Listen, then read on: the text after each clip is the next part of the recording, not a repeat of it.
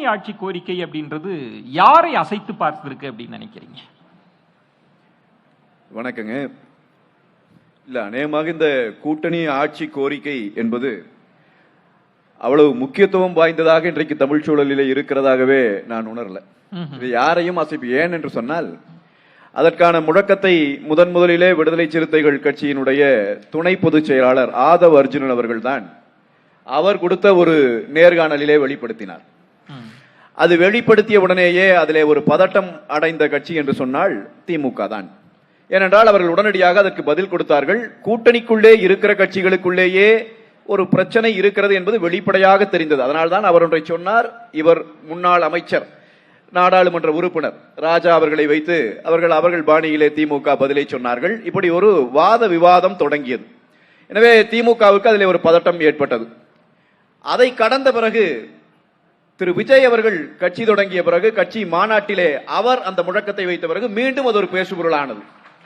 ஆனால் இப்பொழுது நல்ல வேளையாக நீங்கள் இந்த விவாதத்திலே எனக்கு முன்னாள் அண்ணன் வன்னியரசு அவர்களையும் மரியாதைக்குரிய சகோதரர் ஜெகேசன் அவர்களையும் நீங்கள் பேச வைத்து விட்டீர்கள். அந்த முழக்கத்தை வைத்த இரண்டு அமைப்பை சேர்ந்தவர்களுமே அது பிரதான முழக்கம் இல்லை, அது நாங்கள் வந்தால் கொடுப்பதற்காக நாங்கள் பேசினோம் என்று அண்ணன் வன்னியரசு சொல்ல, மரியாதைக்குரிய சகோதரரும் ஆமாம் அதுவே நாங்கள் ஒரு பிரதான முழக்கமாக வைக்கவில்லை என்பதை அவரும் தெளிவுபடுத்தி விட்டார். என்றால் இந்த முழக்கம் தமிழ்நாட்டிலே ஒரு பெரிய அதிர்வை ஏற்படுத்தவில்லை, ஆனாலும் கூட அச்சத்தை திமுகவுக்கு ஏற்படுத்தியது என்பதை அவர்களினுடைய பதில் நமக்கு வெளிப்படுத்தியது. அந்த அச்சம் இன்றைக்கும் வெளிப்படுகிறது. அப்படி இந்த கூட்டணியை தீர்மானிப்பதிலே இந்த கூட்டணி ஆட்சி இது பெரிய பிரதான பங்கு வகிக்கவில்லை என்றால் வேறு எது பிரதான பங்கு வகிக்கும் என்கிற கேள்வி வரும் இல்லையா? அப்ப இந்த தலைப்பை பொறுத்த வரைக்கும் என்னுடைய கருத்தை நான் முதலிலே பதிவு செய்வது, இந்த கோரிக்கை மிகப்பெரிய பங்கை கூட்டணிகளிலே வகிக்கப் போவதில்லை, உருவாக்கப் போவதில்லை. மாறாக நடைபெற இருக்கிற 2026 சட்டமன்ற தேர்தலிலே அப்புறப்படுத்தப்பட வேண்டிய சக்திகள் யார்?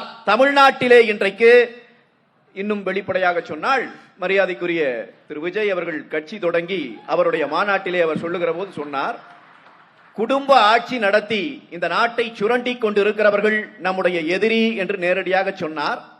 என்றால் அவரும் அவருடைய கட்சியும் தெளிவுபடுத்தி இருக்கிறது அப்புறப்படுத்தப்பட வேண்டியவர்கள் யார் என்பதை.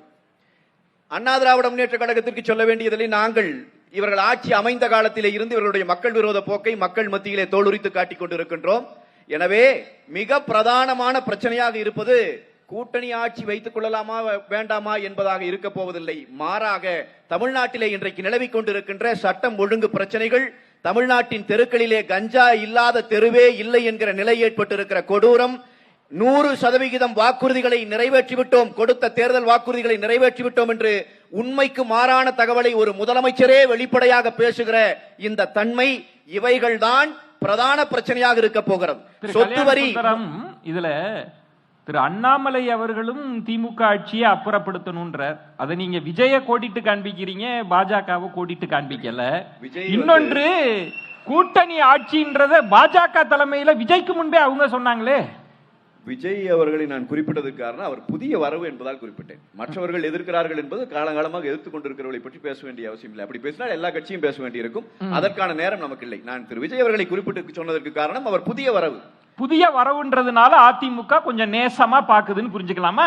நாங்கள் உலகம் முழுவதும் இருக்கிற மனிதர்கள் அத்தனை பேரையும் ஆற தழுவி அரவணைக்கிற சிந்தனைக்கு சொந்தக்காரர்கள். எனவே நாங்கள் திரு விஜய் அவர்களை எதிர்க்க வேண்டும் என்று நீங்கள் எதிர்பார்த்தால் அதற்கான தேவை வரவில்லை என்பதுதான் எங்களுடைய பதிலாக இருக்கும். ஒருவர் புதிதாக கட்சி தொடங்கி வருகிற போது ஒருவேளை எதிர்கட்சிகளை பார்த்து விமர்சித்துக் கொண்டு வந்திருந்தார் என்று சொன்னால், ஆளுங்கட்சியை விமர்சிப்பதற்கு அச்சப்படுகிறார், எனவே எதிர்கட்சிகள் குறித்து ஏதோ பேசிவிட்டு தன்னை தற்காத்துக் கொள்ள விரும்புகிறார் என்று அவர் மீது குற்றம் சாட்டலாம். ஆனால் வருகிறவர் தமிழ்நாட்டிலும் சரி மத்தியிலும் சரி ஆளுகிற கட்சியை குற்றம் சாட்டி வருகிற போது அவரை போய் நாங்கள் விமர்சிப்பதற்கு என்ன இருக்கிறது? தமிழ்நாட்டில், இந்தியாவில் இன்றைக்கு நடந்து கொண்டிருக்கிற சீரழிவுகளை சுட்டிக்காட்டுகிறார், சரியாகத்தானே செயல்பட்டு இருக்கிறார். எனவே தேவையில்லாமல் நீங்கள் விமர்சிக்க வேண்டும் என்று விரும்பினால் அது நடக்கப் போவதில்லை. தேவை ஏற்பட்டால் நாங்கள் விமர்சிப்போம். அதை தாண்டி நான் உங்களுக்கு சொல்லி முடித்து விடுகிறேன். இந்த வர இருக்கிற தேர்தலிலே அமைய போகிற கூட்டணி என்பது இன்றைக்கு நடந்து கொண்டிருக்கிற மக்கள் விரோத அரசை, தமிழ்நாட்டினுடைய எதிர்காலத்தையே சூனியமாக்குவதற்காக நடந்து கொண்டிருக்கிற ஒரு தர்பாரை முடிவுக்கு கொண்டு வருகிற ஒற்றை புள்ளியில் இணைகிற கட்சிகளினுடைய கூட்டணியாக அது அமைய போகிறது. எனவே அவைதான் பிரதானமாக இருக்க போகின்றனவே ஒழிய இந்த பிரச்சனை இருக்க போவதாக நான் கருதவில்லை.